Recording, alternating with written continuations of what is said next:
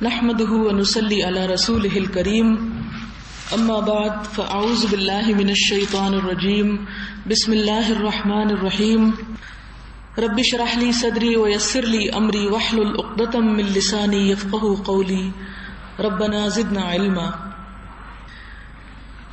گزشتہ مرتبہ ہم نے باب الصبر شروع کیا، آج انشاءاللہ اسی کی تکمیل ہوگی۔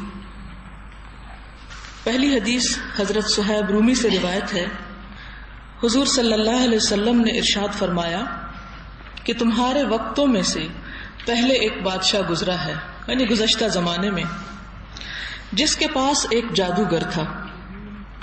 اس سے پہلے کہ میں یہ پورا قصہ آپ کے سامنے رکھوں، یہ بات آپ کے ذہن میں رہے کہ حضور صلی اللہ علیہ وسلم جب گزشتہ زمانے کی کوئی بات ہمیں بتاتے ہیں یا کسی خاص واقعے یا قصے کی طرف اشارہ کرتے ہیں تو وہ کوئی من گھڑت یا فرضی قصہ نہیں ہوتا، بلکہ باقاعدہ اوتھینٹک تاریخی روایت ہوتی ہے جو وحی کے ذریعے حضور صلی اللہ علیہ وسلم کو بتائی جاتی تھی۔ یہ پورا قصہ جس طرح آپ پڑھیں گے اور جس نتیجے پر آپ پہنچیں گے اس سے آپ دیکھیں گے کہ اس میں بہت سے سبق ہیں ہمارے لیے بھی، لیکن چونکہ گزشتہ اقوام سے تعلق رکھتے ہیں اس لیے اس میں اگر کوئی شرعی احکامات ایسے آپ کو نظر آئیں جو ہماری شریعت سے ٹکراتے ہوں تو ان احکامات کو منسوخ سمجھا جائے گا، اور جو احکامات حضور صلی اللہ علیہ وسلم کی امت کو دیے گئے وہی اصل ویلڈ قرار پائیں گے۔ اس قصے سے جو چیز ہمیں لینی ہے وہ ہے صبر، کیونکہ یہ صبر کے باب میں وارد ہوا ہے۔ پھر ہم دیکھتے ہیں کہ یہ قصہ جو ہے یہ حدیث کی صحیح ترین کتاب مسلم میں روایت ہوا ہے، اس لیے سند کے اعتبار سے بھی اور اپنے متن کے اعتبار سے بھی یہ ایک صحیح واقعہ ہے۔ معلوم یوں ہوتا ہے گزشتہ اقوام میں سے کہ بنی اسرائیل کے علاوہ کسی اور قوم کا قصہ ہے، کیونکہ اگر بنی اسرائیل سے متعلق کوئی بات ہوتی تو حضور صلی اللہ علیہ وسلم اس کو واضح فرما دیتے۔ حضور صلی اللہ علیہ وسلم نے ارشاد فرمایا کہ گزشتہ دور میں ایک بادشاہ گزرا ہے جس کے پاس ایک جادوگر تھا۔ جب جادوگر بہت بوڑھا اور عمر رسیدہ ہو گیا تو اس نے بادشاہ سے کہا کہ میرے پاس کوئی نوعمر لڑکا بھیجو تاکہ میں اسے جادو سکھا دوں، یعنی اپنا فن اس کو دے دوں۔ بادشاہ نے ایک لڑکے کو جادو سیکھنے کے لیے بھیج دیا۔ لڑکا جس راستے سے جادوگر کے پاس جاتا تھا وہاں ایک راہب بھی رہتا تھا۔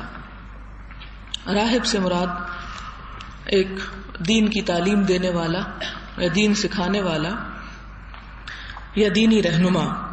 لڑکا اس کے پاس بیٹھ جاتا، اس کی باتیں سنتا تو وہ بہت اچھی لگتی۔ جب وہ جادوگر کے پاس دیر سے آیا ایک مرتبہ تو اس نے دیر کرنے کی وجہ سے اسے بہت مارا پیٹا۔ لڑکے نے یہ بات راہب کو بتائی تو وہ کہنے لگا جادوگر کا ڈر ہو تو اس سے کہہ دیا کرو کہ گھر والوں نے روک لیا تھا، یعنی اگر اس کی باتیں سنتے سنتے اصل جگہ پہنچتے ہوئے دیر ہو جائے تو پھر تم یہ بہانہ بنا لیا کرو، اور گھر والوں سے ڈر ہو تو ان سے کہہ دیا کرو کہ جادوگر نے روک لیا تھا، کیونکہ اصل میں تو رک وہ بیچ میں کہیں رہا تھا۔ چنانچہ یہ سلسلہ جاری رہا۔ ایک دن ایسا ہوا کہ ایک بہت بڑا درندہ ادھر آ گیا، جیسے شیر یا ہاتھی وغیرہ، جس کی وجہ سے لوگوں کی آمد و رفت کی راہ مسدود ہو گئی، یعنی رستہ بند ہو گیا۔ تب لڑکے نے سوچا آج اس کا موقع آ گیا کہ یہ دیکھا جائے کہ راہب اچھا ہے یا جادوگر، دونوں میں سے کون اچھا ہے، کون افضل ہے۔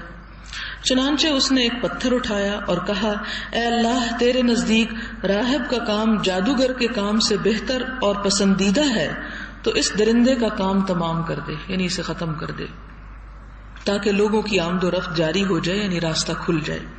یہ کہہ کر اس نے پتھر اس درندے کو مارا اور وہ پتھر کھاتے ہی مر گیا۔ لوگ حسب معمول آنے جانے لگے۔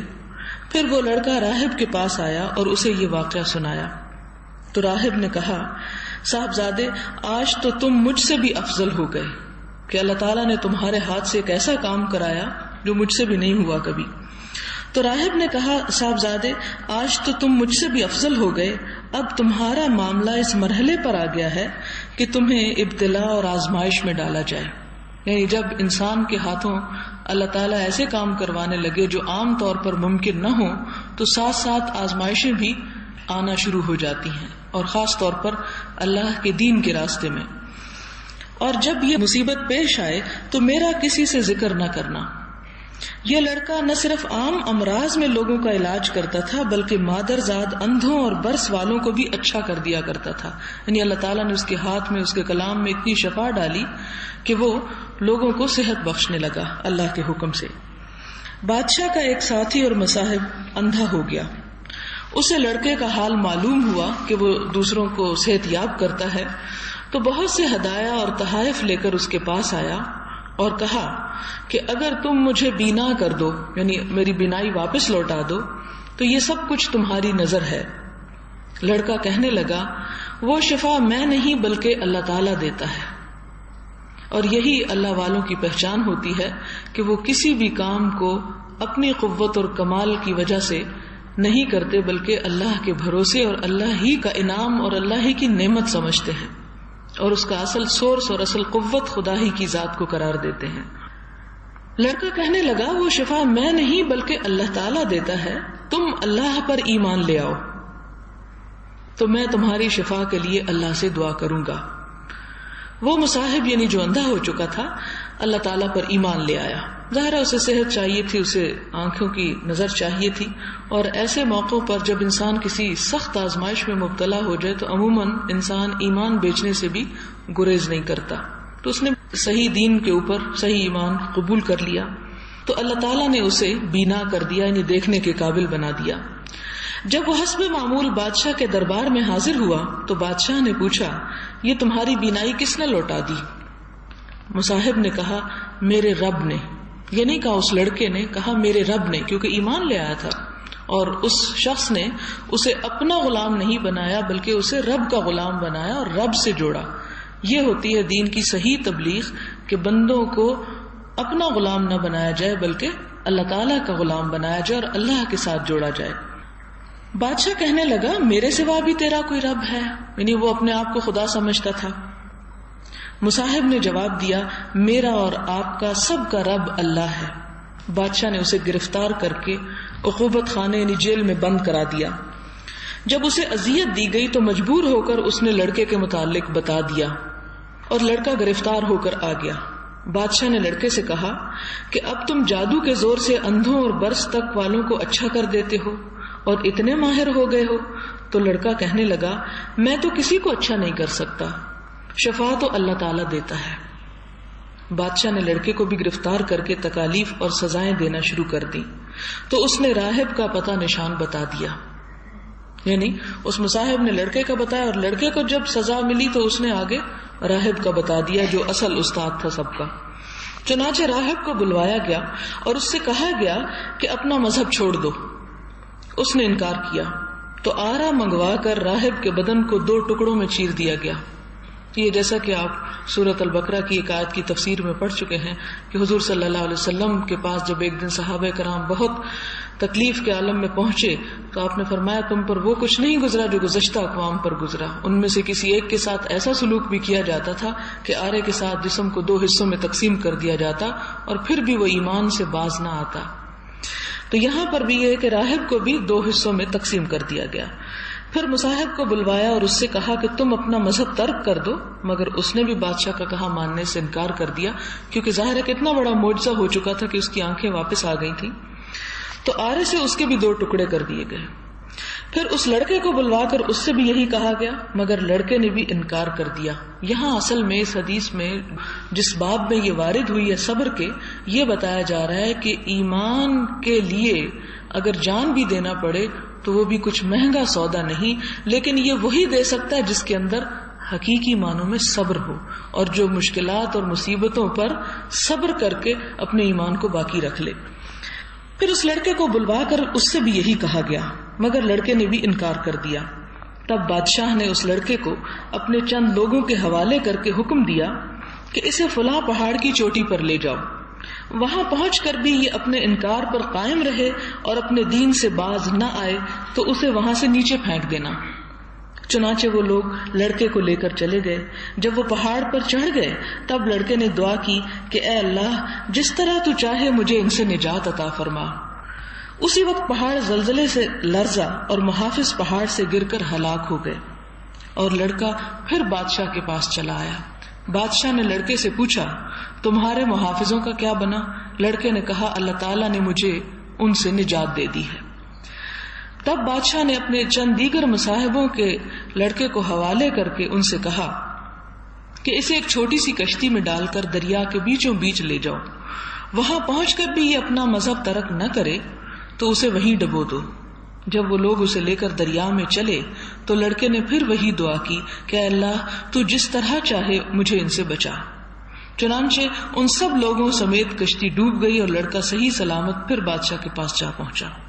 بادشاہ نے کہا تیرے محافظوں پر کیا بیتی؟ لڑکے نے جواب دیا میرے اللہ نے ان سے مجھے بچا لیا. اور سن اے بادشاہ جس طرح میں کہتا ہوں اس طرح نہ کرے گا تو مجھے قتل کرنے میں کبھی کامیاب نہ ہو سکے گا. بادشاہ نے کہا وہ کیا بات ہے؟ لڑکے نے کہا ایک میدان میں لوگوں کو جمع کرو, وہاں لکڑی کے تنے مجھ پر لٹکاؤ, پھر میرے ترکش سے ایک تیر نکالو, اسے کمان کے چلے میں رکھو اور یہ کہو کہ میں اس لڑکے کے خدا کے نام سے اسے تیر مارتا ہوں. کیونکہ وہ اصل میں تو ایمان کی طرف بلا رہا تھا نا لوگوں کو کہ میری جان تو چلی جائے گی لیکن لوگ مسلمان ہو جائیں گے. اور کمان کے چلے میں تیر رکھ کر بسم اللہ رب ھذا الغلام کہہ کر اسے مارا گیا. لڑکے کی کنپٹی میں تیر لگا, لڑکے نے کنپٹی پر ہاتھ رکھا اور اس کا دم آخر ہو گیا یعنی مر گیا. لڑکے کے مرتے ہی پورا مجمع ایک زبان ہو کر پکار اٹھا کہ ہم سب اس لڑکے کے پروردگار پر ایمان لاتے ہیں. یہ خبر بادشاہ کو بھی پہنچائی گئی اور کہا گیا جس بات کا ڈر تھا وہی ہوا, اب سارا مجمع ہی لڑکے کے رب پر ایمان لے آیا ہے. بادشاہ نے حکم دیا کہ راستوں کے کنارے کنارے گہری خندقیں کھودو, ان میں آگ جلاؤ اور جو شخص اپنا دین ترک کرنے سے انکار کرے اس کو اس دہکتی خندق میں جھونک دو. اور لوگ باز نہ آئے اس لیے خندق میں ڈال دیے گئے. اسی دوران ایک عورت آئی جس کی گود میں دودھ پیتا بچہ تھا. وہ خندق کنارے پہنچ کر ذرا ٹھٹکی کہ اس کا دودھ پیتا بچہ فوراً بول اٹھا کہ ماں صبر کرو تم حق پر ہو. اور یہی واقعہ ان آیات کا سبب نزول ایک طرح سے آپ کہہ سکتے ہیں, یا ان آیات کی وجہ بتائی گئی جو سورۃ البروج میں آپ پڑھتے ہیں جس میں آتا ہے والسماء ذات البروج والیوم الموعود وشاہد ومشہود قتل اصحاب الاخدود النار ذات الوقود اذ هم علیہا قعود وهم علی ما یفعلون بالمؤمنین شہود وما نقموا منهم الا ان یؤمنوا باللہ العزیز الحمید الذی له ملک السماوات والارض واللہ علی کل شیء شہید ان الذین فتنوا المؤمنین والمؤمنات ثم لم يتوبوا فلهم عذاب جہنم ولهم عذاب الحریق. قسم ہے آسمان کی جو برجوں والا ہے اور اس دن کی جس کا وعدہ کیا گیا ہے اور گواہ کی اور جس چیز کا گواہ کیا گیا. مارے گئے خندقوں والے, لعنت ہو خندقوں والوں پر. کس چیز کے ساتھ؟ النار آگ, ذات الوقود ایندھن والی, اذ ہم علیہا قعود جبکہ وہ اس پر بیٹھے ہوئے تھے, وہم علی ما یفعلون بالمؤمنین شہود اور وہ اس وقت جو مومنوں کے ساتھ سلوک کر رہے تھے اسے دیکھ رہے تھے. وہ سلوک کیا تھا؟ وما نقموا منہم اور انہوں نے انہیں نہ سزا دی ان کو یا نہ بدلہ لیا ان سے, الا ان یؤمنوا باللہ العزیز الحمید مگر اس بات کا کہ وہ لوگ اللہ غالب تعریف والے پر ایمان لے آئے تھے, یعنی اللہ پر ایمان کی انہیں یہ سزا دی جا رہی تھی. الذی لہ ملک السماوات والارض وہ جس کے ہاتھ میں بادشاہی ہے آسمانوں اور زمین کی, واللہ علی کل شیء شہید اور اللہ تعالیٰ ہر چیز پر گواہ ہے. ان الذین فتنوا المؤمنین والمؤمنات بے شک وہ لوگ جنہوں نے آزمائش میں ڈالا مومن مردوں اور عورتوں کو, مراد ہیں یہی خندق والے جنہیں آگ کی خندقوں میں ڈالا گیا. ثم لم یتوبوا پھر انہوں نے توبہ نہ کی, فلہم عذاب جہنم تو ایسے لوگوں کی سزا عذاب جہنم ہے, ولہم عذاب الحریق اور ان کے لیے جلنے کا عذاب ہے. تو ان کا ذکر قرآن پاک میں بھی ملتا ہے اور اسی ریفرنس میں ملتا ہے کہ انسان پر اگر مشکل سے مشکل حالات بھی آ جائیں تو جہاں اس کے دین کا معاملہ ہو, جہاں اس کے ایمان کا امتحان ہو, اسے ہر قیمت پر ایمان کو اختیار کرنا چاہیے دوسری چیز کے مقابلے میں.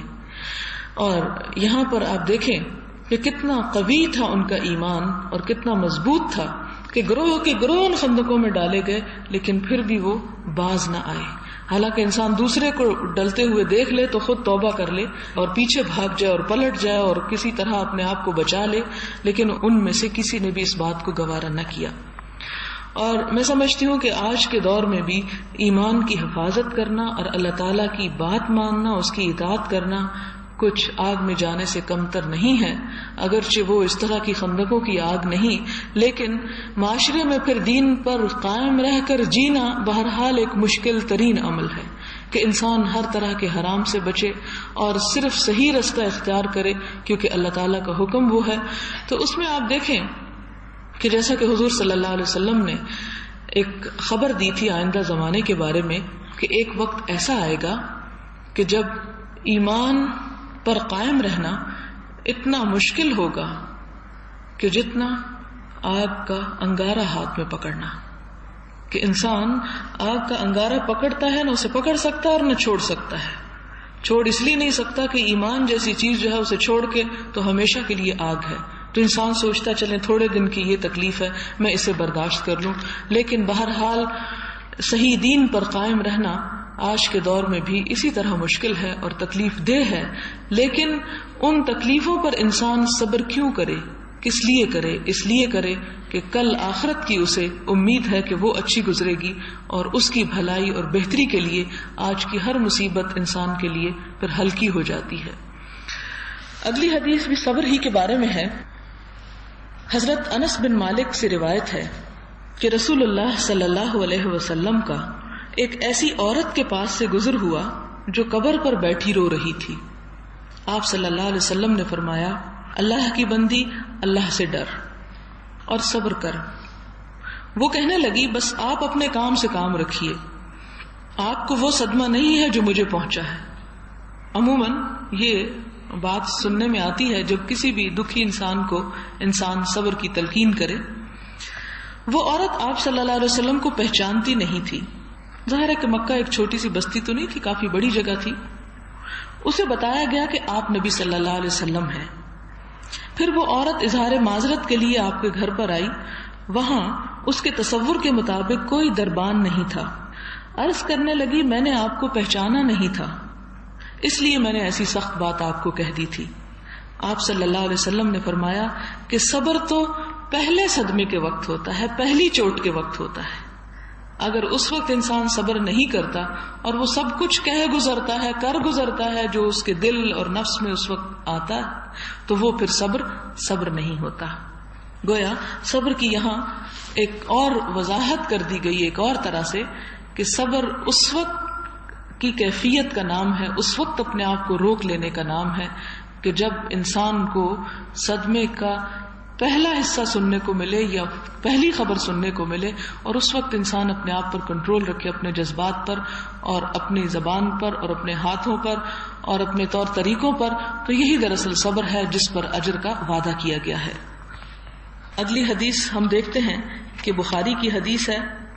عن ابی ہریرہ رضی اللہ عنہ ان رسول اللہ صلی اللہ علیہ وسلم قال یقول اللہ تعالی ما لعبد المؤمن عندي جزاء اذا قبضت صفيه من اهل الدنيا ثم احتسبه الا الجنہ. حضرت ابو ہریرہ سے روایت ہے کہ رسول اللہ صلی اللہ علیہ وسلم نے فرمایا کہ اللہ تعالیٰ فرماتا ہے کہ جب میں اپنے بندہ مومن کی کوئی دنیاوی محبوب چیز لے لوں اور وہ اس پر صبر کرے تو اس کے لیے میرے پاس جنت کے سوا اور کوئی بدلہ نہیں ہے. کوئی بھی پیاری چیز مال میں سے ہو سکتی ہے، اولاد میں سے ہو سکتی ہے، رشتہ داروں میں سے ہو سکتی ہے، کوئی ایسی چیز جس کے لیے انسان بہت دل میں محبت رکھتا ہو، بہت چاہت رکھتا ہو، جب وہ اس سے لے لی جائے اور انسان اس پر اپنے آپ کو اللہ کی رضا کے اوپر راضی کر لے تو اس صبر کا اجر جنت کے سوا اور کچھ نہیں. اور جنت ایسی خوبصورت جگہ اور ایسی خوبصورت چیز کہ جس کے بارے میں حضور صلی اللہ علیہ وسلم نے فرمایا کہ ایسا حسین منظر کبھی کسی آنکھ نے دیکھا ہی نہیں، دنیا میں کوئی چیز اس کی مثال کی نہیں، اور ایسی حسین جگہ کے بارے میں کسی کان نے کبھی سنا ہی نہیں. اور جنت میں ایک کوڑا رکھنے، کوڑا ایک گز بھر جگہ آپ کہہ لیں، ایک کوڑا رکھنے کی جگہ دنیا اور دنیا میں جو کچھ ہے اس سب سے زیادہ حسین ہے. اور دنیا تو چند دن کا کھیل ہے، چند دن کی بات ہے. لیکن آخرت، اگر اس صبر پر آخرت میں اتنا بڑا اجر اور جزا مل جائے تو انسان کے لیے پھر یہ کچھ کم سودا نہیں.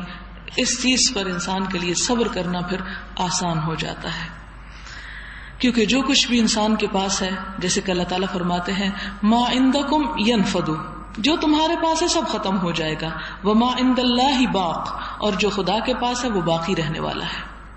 تو جو چیز ختم ہو جائے اس کی تو کوئی حقیقت ہی نہیں، اور جو باقی رہے وہی انسان کا اصل سرمایہ اور اصل خزانہ ہے. اگلی حدیث بھی بخاری کی حدیث ہے.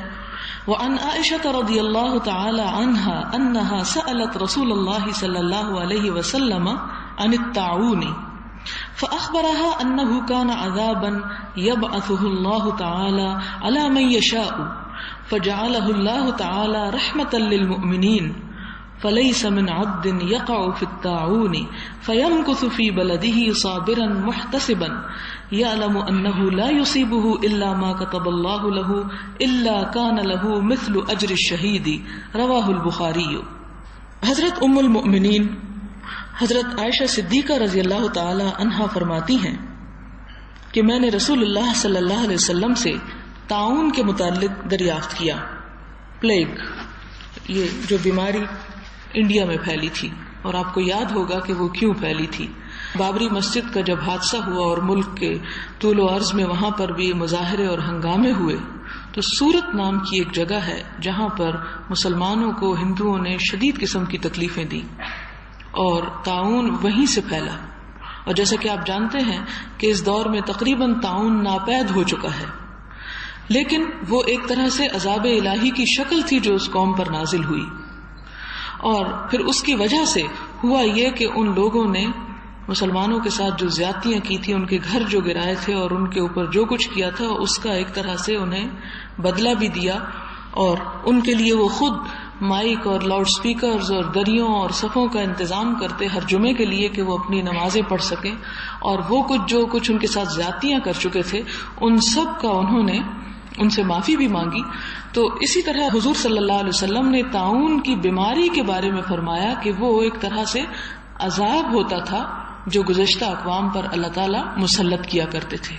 اور آج کے اس ترقی یافتہ دور میں بھی اگر طاعون کہیں پھیلتا ہے تو وہ سراسر عذاب ہی کی ایک شکل ہے، جیسا کہ ہم نے اپنی آنکھوں سے دیکھا. حضرت عائشہ رضی اللہ تعالی عنہا نے جب دریافت کیا کہ طاعون کیا چیز ہے تو آپ نے فرمایا کہ یہ ایک عذاب تھا، اللہ تعالیٰ جن پر چاہتا اسے مسلط فرما دیتا تھا، لیکن اللہ تعالیٰ نے مسلمان کے لیے اسے بھی رحمت بنا دیا. یعنی اگر مسلمانوں پر طاعون کی بیماری آتی ہے تو وہ عذاب نہیں ہوتا بلکہ رحمت ہوتی ہے. لہذا اللہ تعالیٰ کا کوئی بندہ ایسا نہیں جو اس مرض کی مصیبت کے وقت اسی شہر میں صبر کے ساتھ رکا رہے اور اللہ تعالیٰ سے ثواب کا امیدوار رہے اور یہ سمجھے کہ جو کچھ پہنچا ہے یہ سب اللہ تعالیٰ کی طرف سے ہے. ایسے بندے کو اللہ تعالیٰ ایک شہید کے اجر کے برابر ثواب عطا فرمائیں گے. یعنی اس بیماری پر صبر کرے، وہاں سے بھاگے نہیں، کیونکہ یہ منع کیا گیا ہے کہ جس بستی میں طاعون پھیل جائے نہ تو وہاں کوئی اندر جائے اور نہ وہاں سے نکل کے کوئی اور باہر جائے. یعنی بھاگنا نہیں چاہیے کیونکہ موت وہاں آنکھوں سے نظر آ رہی ہوتی ہے. تو طاعون سے بھاگنا دراصل تو موت سے بھاگنا ہے، لیکن اس پر اگر انسان صبر کرتا ہے اور اپنے آپ کو روکے رکھتا ہے تو اس صبر کا صلہ، اگر انسان مر جاتا ہے تو شہید کی موت مرتا ہے، اور اگر زندہ رہ کے وہ ساری مصیبت کو اچھے طریقے سے برداشت کرتا ہے تو اس پر بھی اس کے لیے شہید کے برابر صلہ رکھا گیا. ایک اور حدیث ہے حضرت انس بن مالک سے، قال سمعت رسول اللہ صلی اللہ علیہ وسلم یقول ان اللہ عز وجل قال اذا ابتلیت عبدی بحبیبتیہ فصبر عوضته منہم الجنۃ یرید عینیہ. رواہ البخاری. بخاری کی اس حدیث کا مطلب یہ ہے، حضرت انس سے روایت ہے، کہتے ہیں کہ میں نے حضور صلی اللہ علیہ وسلم کو یہ ارشاد فرماتے سنا کہ اللہ تعالیٰ نے فرمایا ہے کہ میں اپنے کسی بندے کو جب اس کی دو محبوب چیزوں، دو پیاری چیزوں میں مبتلا کر دیتا ہوں اور وہ اس آزمائش پر صبر کرتا ہے تو میں ان دونوں چیزوں کے بدلے میں اسے جنت عطا کرتا ہوں. یہاں دو پیاری چیزوں سے مراد اس کی دو آنکھیں ہیں، یعنی اگر کسی شخص کی بینائی جاتی رہے، دنیا میں وہ اندھا ہو جائے، تو اللہ تعالیٰ اس نعمت کے چھین لینے کے بدلے میں، نعمت کے واپس لینے کے بدلے میں اس کے لیے جنت کا وعدہ فرماتے ہیں، اور یہ اسی وقت ہو سکتا ہے جب انسان اس مصیبت پر صبر کرے۔ پھر اس کے بعد اگلی حدیث ہے حضرت عطا بن ابی رباح سے، قال قال لی ابن العباس رضی اللہ عنہما الا اریک امرأة من اہل الجنہ فقلت بلا قال هذه المرأة السوداء اتت النبي صلی اللہ علیہ وسلم فقالت انی اسرع وانی اتکشف فادع اللہ تعالی لی قال ان شئت صبرت ولک الجنہ وان شئت دعوت اللہ تعالی ان يعافيك فقالت اصبر فقالت انی اتکشف فادع اللہ ان لا اتکشف فدعا لها متفق علیہ۔ اس حدیث کا مطلب یہ ہے حضرت عطا بن ابی رباح کی کہ مجھ سے حضرت ابن عباس رضی اللہ تعالی عنہ نے فرمایا کہ تم ایک جنتی عورت کو دیکھنا چاہتے ہو؟ میں نے کہا ضرور دکھائیے۔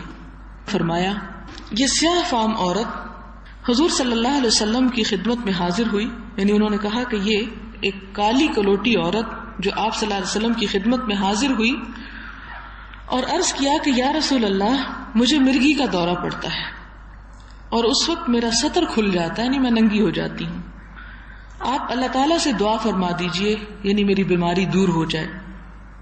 آپ صلی اللہ علیہ وسلم نے فرمایا کہ اگر تو خوشی سے اس پر صبر کر لے تو اس کے بدلے جنت ملے گی، اور اگر تو دعا ہی کرانا چاہے تو میں اللہ تعالیٰ سے دعا کر دوں گا کہ وہ تجھے صحت عطا فرما دے۔ وہ کہنے لگی کہ میں اپنی بیماری پر صبر کر لوں گی، مگر یہ سطر جو کھل جاتا ہے اس کے لیے دعا فرما دیجئے کہ یہ نہ کھلا کرے۔ اس کے لیے آپ نے دعا فرما دی۔ اب آپ دیکھیں کہ ایک شخص جس کے پاس چوائس ہے کہ اللہ کے رسول صلی اللہ علیہ وسلم اس کی مصیبت کے کٹنے کے لیے دعا فرمائیں، لیکن جب وہ جنت کا بدلہ سنتی ہے تو وہ مصیبت پر صبر کرتی ہے اور دنیا کی تکلیف کو برداشت کرنے کے لیے اپنے آپ کو تیار کر لیتی ہے، اور اللہ کے رسول صلی اللہ علیہ وسلم اسے جنت کی بشارت دیتے ہیں۔ ظاہر ہے کہ صحابہ کرام جنہیں آخرت پر بہت یقین تھا، ان کے لیے یہ خوشخبری کچھ کم نہ تھی، تو وہ ایسی عورت کے اوپر رشک کیا کرتے تھے کہ جس سے اللہ کے رسول صلی اللہ علیہ وسلم نے دنیا میں جنت کا وعدہ فرما لیا، اور یہ وعدہ کچھ کم وعدہ نہیں تھا کہ ظاہر ہے کہ جنت جس کے ایک کوڑا رکھنے کی جگہ دنیا اور دنیا کی ہر چیز سے زیادہ خوبصورت ہے، تو اگر حضور صلی اللہ علیہ وسلم اسے دنیا کی کسی بہت بڑی جاگیر یا بہت بڑی دولت کا بھی وعدہ کرتے تو شاید وہ اسے بھی قبول کر لیتی، لیکن اس نے تو بہت بڑا سودا کیا اور وہ جنت کا تھا۔ اور ہم دیکھتے ہیں کہ وہ بھی چلی گئی اور اس کی بیماری بھی چلی گئی، لیکن جس چیز کا اس نے گارنٹی حاصل کر لی وہ بہرحال اس کے پاس تھی۔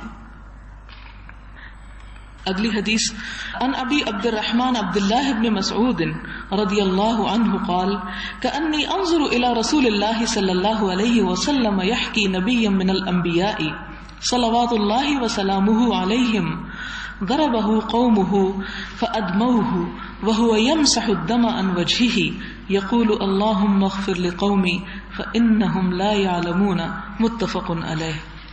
یہ صبر کی ایک اور بہترین مثال ہے۔ حضرت ابو عبد الرحمن عبداللہ بن مسعود سے روایت ہے کہ میری آنکھوں میں وہ منظر گھوم رہا ہے، یعنی حدیث روایت کرنے کا ایک انداز ہے کہ میری آنکھوں میں وہ منظر گھوم رہا ہے کہ رسول اللہ صلی اللہ علیہ وسلم انبیاء کرام علیہم السلام میں سے کسی نبی علیہ السلام کا تذکرہ فرماتے ہوئے فرما رہے ہیں کہ ان کی قوم نے ان کو مارا اور لہو لہان کر دیا، اور وہ اپنے چہرے سے لہو پوچھتے جاتے ہیں اور یہ فرماتے جا رہے ہیں کہ اے اللہ میری قوم کو معاف کر دے، کیونکہ یہ قوم جانتی نہیں ہے، یہ لا علم لوگ ہیں، جاہل لوگ ہیں۔ اب آپ دیکھیں کہ یہ صبر کی کتنی زبردست مثال ہے اور انبیاء کا کتنا زبردست کردار ہے کہ قوم انہیں سزا دیتی ہے، قوم انہیں تکلیفیں پہنچاتی ہے، اور تکلیفیں بھی صرف زبانی کلامی نہیں بلکہ مار پیٹ کی، اور اتنا مارتی ہے کہ جسم لہو لہان ہو جاتا ہے، بجائے اس کے کہ وہ جواباً برا بھلا کہیں، بجائے اس کے کہ وہ جواباً انہیں بھی مارنا شروع کر دیں، وہ کیا کرتے ہیں؟ دعا دیتے ہیں، اور دعا کیا دیتے ہیں کہ اللہ میری اس قوم کو مجھے یہ تکلیف دینے پر معاف کر دے، اسے بخش دے۔ کیونکہ یہ لا علم لوگ ہیں، انہیں پتہ نہیں ہے. اور یہی دراصل صبر ہے کہ انسان گالیاں کھا کر بھی دوسرے کو دعا دے.